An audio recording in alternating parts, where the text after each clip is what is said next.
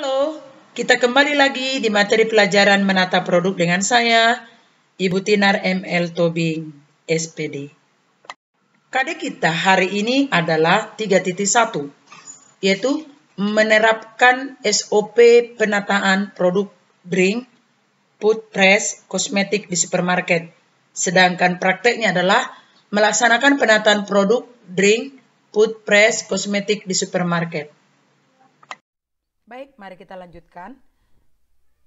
Menata produk atau kegiatan mendisplay produk, kita sudah pelajari di kelas 11 dengan Ibu Guru Kurnia. Saya akan melanjutkan materi tersebut dan saya berharap kalau ada mungkin sedikit perbedaan atau tidak sama apa yang saya sampaikan yang disampaikan oleh Bu Kurnia, tidak perlu dipermasalahkan, tapi boleh disampaikan supaya kita mengambil di mana kesamaan dari pendapat tersebut. Oke, saya akan mengingatkan kembali pengertian display tersebut. Yang dimaksud dengan display atau penataan produk adalah suatu kegiatan yang dilakukan oleh perusahaan-perusahaan, biasanya perusahaan-perusahaan retail, baik dalam skala kecil maupun skala besar, untuk memajang barang atau produk dagangannya baik di dalam ruangan maupun di luar ruangan agar dapat mempengaruhi calon konsumen secara langsung ataupun tidak langsung terhadap barang produk yang akan dijual. Dengan demikian, pada intinya menata produk itu adalah memajang barangan seindah mungkin, sebaik mungkin, supaya konsumen tertarik. Setelah konsumen tertarik, kita sebagai penjual berharap konsumen tersebut melakukan suatu tindakan, yaitu tindakan dalam pembelian. Oleh karena itu, seorang merchandiser akan berupaya memajang barangnya sehidup mungkin supaya benar-benar bisa mempengaruhi konsep daripada konsumen yang tadinya tidak ada keinginan membeli sehingga mereka memiliki keinginan membeli. Baiklah, kita lanjutkan lagi materi kita, yaitu tujuan display. Pelaksanaan display dilakukan untuk mencapai tujuan tertentu bagi perusahaan yang bergerak di bidang retail. Adapun tujuan dari penataan sebuah produk adalah sebagai berikut. Yang pertama adalah attention and interest customer, yaitu mengkolaborasikan warna, lampu, sehingga para pengunjung terkesima dan memutuskan untuk membeli. Jadi tujuan yang pertama itu bagaimana konsumen tertarik, bagaimana mereka mau melihat penataan kita. Di sini peran seorang merchandiser sangat penting sekali.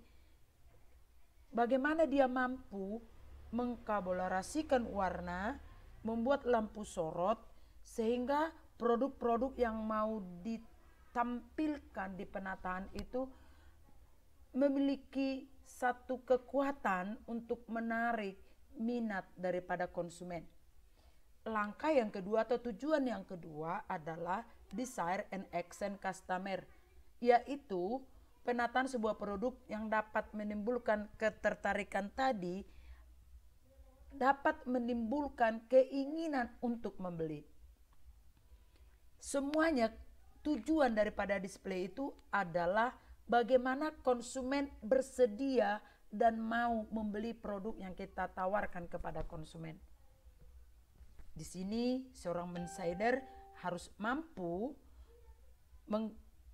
membuat penataan produk itu sehidup mungkin, seindah mungkin. Tadinya dia tertarik, setelah melihat penataan kita dia tertarik, dia akan datang ke toko kita dan dia akan mungkin pegang produk yang kita tawarkan dan dia mulai bertanya kepada petugas mengenai harga dan mungkin barangkali dia akan mencoba produk tersebut. Dengan kemampuan dari seorang pramudiaga menjelaskan tentang produk tersebut sehingga seorang konsumen bersedia membeli produk tersebut yang tadinya dia tidak ada rencana, tidak ada keinginan, tapi karena melihat penataan produk yang begitu bagus, mereka menjadi tertarik. Ini adalah contoh-contoh penataan attention and interest customer. Coba perhatikan bagaimana kepiawaian seorang merchandiser menata produk-produk ini sehingga sungguh-sungguh menarik sekali, sungguh indah, dan menurut saya hidup. Kita perhatikan contoh-contoh bagaimana di toko ini mereka menggunakan boneka-boneka model ya untuk memperagakan bagaimana baju-baju, celana, sepatu yang mereka mau jual. Di sini juga kita melihat seperti itu, dan lampu-lampu sorot yang mereka gunakan menghidupkan suasana toko ini. Ya, kita perhatikan ya. Nah, kita lihat bagaimana toko ini begitu hidup sekali, pakaian-pakaian yang ditata, yang dipajang, dan bagaimana sorot-sorot lampu ini menghidupkan warna, menghidupkan model baju yang dipakai oleh para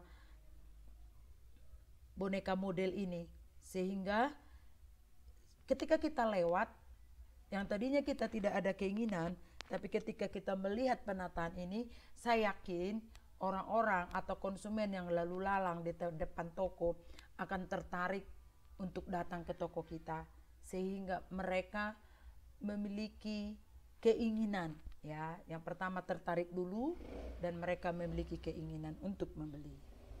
Oke, kita lihat lagi contoh berikut. Kita perhatikan penataan-penataan produk yang begitu membuat kita tertarik. Bagaimana mereka menata di departemen food press seperti buah-buahan dan juga sayur mayur dan kebutuhan-kebutuhan yang diperlukan di dapur. Ini ditata sedemikian rupa sehingga mereka tertarik untuk membeli. Kita perhatikan bagaimana di sebuah toko ini begitu bagus sekali ya penataan daripada yogurt ya, ditata sedemikian bagus sehingga orang tertarik yang tadinya tidak ingat dan tidak ada keinginan, tapi ketika melihat penataan ini timbul keinginan untuk membeli. Ini juga penataan susu. Coba perhatikan susu ini Denko kok nggak salah ya, disusun warna kuning semuanya dari atas sampai ke bawah. Dan mungkin ini susu Milo barangkali warnanya hijau, dari atas sampai ke bawah semuanya Milo warna hijau, menarik sekali. Ovaltine kok nggak salah ini ya. Ini adalah warna oranye yang disusun dari atas ke bawah. Demikianlah mereka membuat penataan ini sehingga menimbulkan ketertarikan dan sehingga ada satu tindakan daripada konsumen untuk membeli produk tersebut. Baiklah, kita akan lanjutkan materi kita tentang bagian-bagian display. Bagian display yang pertama, window display.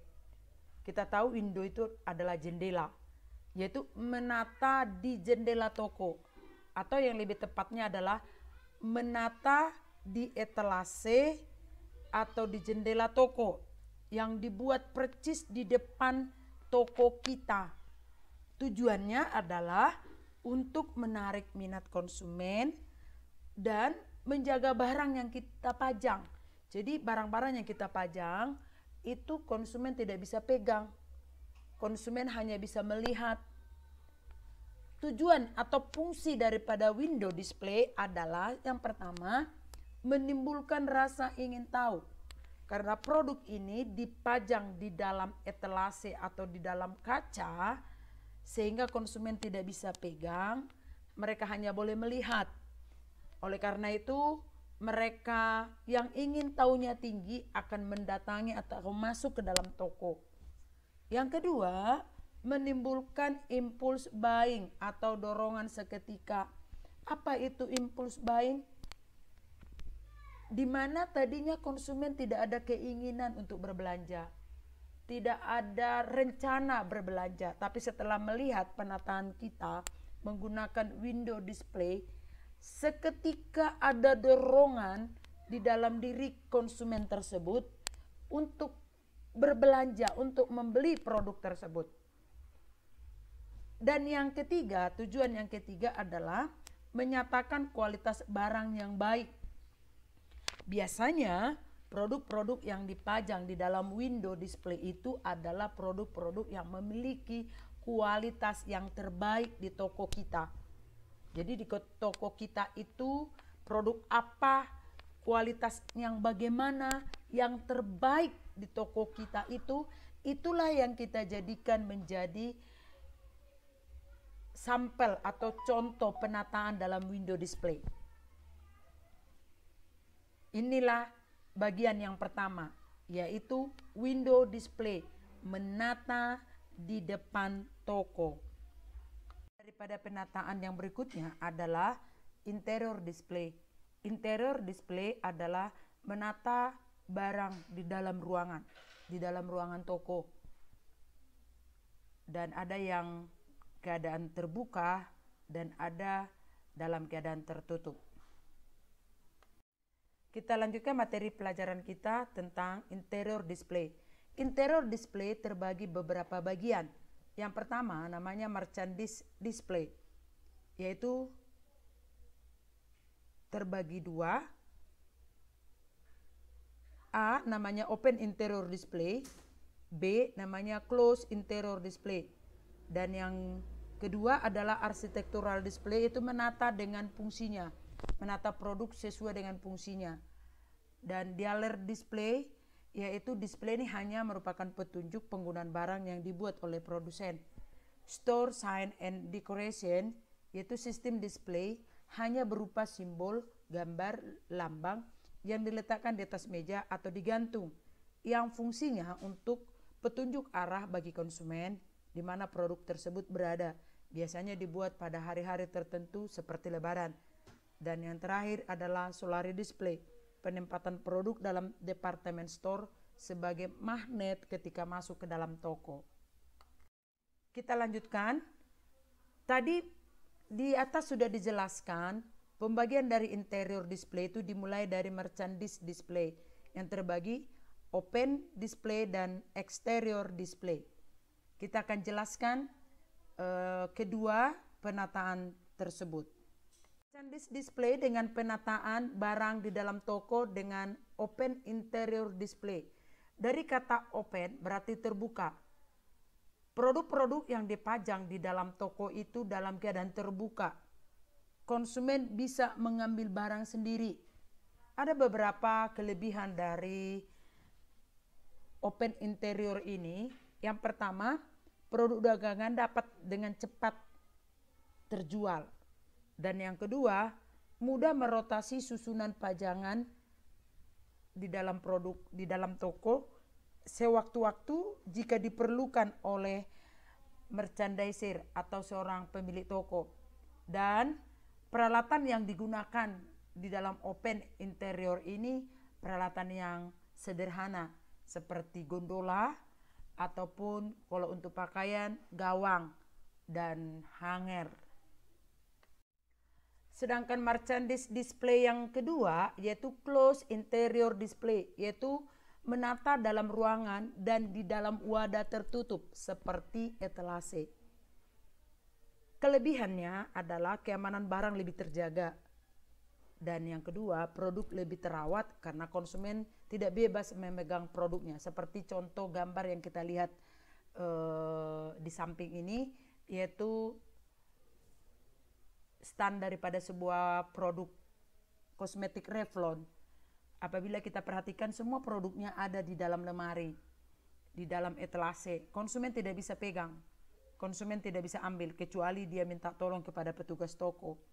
Sehingga barang-barang terjaga keselamatannya, terjaga kualitasnya. Karena tidak semua konsumen boleh memegang produk tersebut. Jika barang-barang sering dipegang oleh konsumen, barang-barang akan mengalami kerusakan, warnanya akan pudar, dan bentuk barang bisa lecet. Jadi barang-barang akan ditata di dalam toko dan di dalam etalase. Barang-barang tersebut akan terjamin keselamatan dan keamanan barang tersebut. Tapi ada produk-produk memang yang tidak cocok di dalam etalase. Produk-produk yang cocok di dalam etalase itu adalah seperti HP, kosmetik, produk-produk kecil yang mahal harganya seperti parfum, aksesoris, dan sebagainya. Contoh arsitektural display. Tadi saya sudah jelaskan bahwa arsitektural display itu adalah penjual menata produk sesuai dengan fungsinya. Seperti mebel sofa, di mana seorang penjual akan mengkondisikan pemakaian sofa tersebut dengan menciptakan sebuah ruang tamu benaran, persis seperti ruang tamu benaran. Jadi toko itu menyediakan satu ruangan dengan model ruang tamu dan sofa akan dipasang sedemikian rupa sehingga konsumen tertarik untuk membeli produk sofa tersebut. Ya, ini namanya arsitektural display. Ini contoh yang kita sudah buat, yaitu ruang tamu. Kelemahan daripada arsitektural display ini, seorang penjual atau pemilik retail harus memiliki ruangan yang sangat besar karena dia akan menata produk sesuai dengan fungsinya. Tentu dalam hal ini memerlukan biaya yang sangat mahal. Penataan dealer display yaitu produsen membuat petunjuk penggunaan produk agar pramuniaga tidak ada kesalahan dalam memberikan penjelasan kepada konsumen. Biasanya dealer display ini diletakkan di atas meja atau ditempel atau digantung di satu tempat sehingga pramuniaga di dalam menjelaskan kepada konsumen tidak mengalami kesalahan atau kesulitan. Misalnya contoh bagaimana cara menggunakan produk laptop dengan merek Apple. Di situ ada petunjuk penggunaannya. Jadi pramuniaga dibantu supaya di dalam menyampaikan tidak mengalami kesalahan. Berikutnya adalah contoh store sign and decoration, yaitu di mana pemilik toko atau seorang merchandiser akan menggantung gambar atau lambang atau simbol-simbol diletakkan atau digantung sebagai arah petunjuk kepada konsumen. Ya, biasanya seperti kita lihat contoh di sini adalah produk food press, buah-buahan atau sayur-sayuran. Itu ditulis besar-besar di atas, lalu digantung, dibuat misalnya harga tomat. Dibuat di situ kemarin 20.000 per kilo, sekarang 15.000 per kilo. Jadi yang harga 20.000 itu dicoret dan ditunjukkan harga yang 15. Ini membantu konsumen supaya orang tertarik melihatnya sehingga konsumen bersedia untuk membelinya. Penataan yang berikutnya adalah solari display. Solari display yaitu menggunakan patung model. Solari display itu di mana modelnya itu seluruh tubuh, dari kepala sampai ke kakinya. Itu disebut dengan solari. Jika patung yang digunakan atau boneka yang digunakan itu separuh badan, misalnya dari pinggang ke atas atau dari pinggang ke bawah, namanya mannequin display. Di dalam hal ini penjual akan memakai solari atau patung-patung boneka menggunakan pakaian-pakaian menjadi magnet, menjadi daya tarik daripada sebuah toko sehingga orang datang ke sana untuk berbelanja. Mereka tertarik untuk membeli. Ini disebut dengan solari display. Menata dengan menggunakan patung-patung boneka model. Ya, seperti di dalam contoh yang ada di slide ini. Bagian tubuh, misalnya dari pinggang ke atas atau dari pinggang ke bawah, atau hanya kaki saja, atau hanya kepala saja, atau hanya tangan saja. Jadi bagian-bagian dari tubuh boneka model ini disebut dengan mannequin display. Dan jika seluruh tubuh boneka itu dari atas sampai ke bawah, keseluruhannya disebut dengan solari display. Yang berikutnya adalah exterior display, yaitu menata di luar tempat tinggal atau di halaman toko. Display ini sering digunakan sebagai pengenalan produk baru atau mempromosikan barang baru, atau penjualan istimewa seperti diskon, cuci gudang, dan sejenisnya. Namun dalam hal pemasaran secara tetap, pemajangan dengan sistem ini kurang optimal.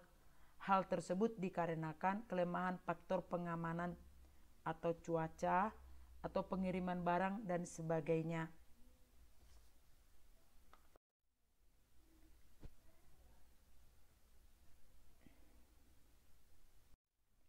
Adapun yang menjadi fungsi dari exterior display adalah: 1.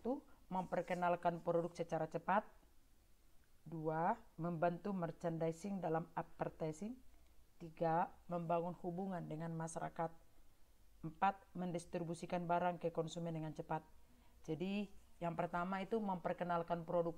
Biasanya jika sebuah toko atau sebuah perusahaan memiliki produk-produk baru, supaya masyarakat cepat mengenal produk itu, perusahaan atau toko akan memajang produk mereka di luar daripada toko mereka, misalnya di halaman toko tersebut. Yang kedua, membantu merchandising dalam advertising, yaitu membantu daripada merchandiser untuk mempromosikan produk-produk mereka kepada masyarakat. Dan yang ketiga, membangun hubungan dengan masyarakat. Dengan adanya penataan eksterior, sehingga masyarakat banyak berkunjung ke toko kita. Ini adalah satu media buat kita untuk membangun hubungan, untuk membangun komunikasi kepada masyarakat, bagaimana pendapat mereka, bagaimana keluhan mereka terhadap produk yang kita jual, terhadap pelayanan yang kita berikan, dan mendistribusikan barang ke konsumen dengan cepat. Dengan adanya penataan exterior display, kita lebih mudah mendistribusikan produk tersebut kepada konsumen.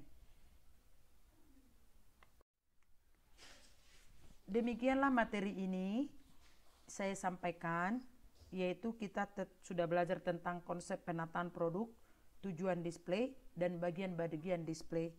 Jika ada yang tidak dipahami atau kurang dimengerti, boleh membuat pertanyaan di classroom di bagian tugas kelas. Dan setelah ini juga ada tugas yang akan kalian kerjakan. Terima kasih atas perhatiannya. Selamat pagi.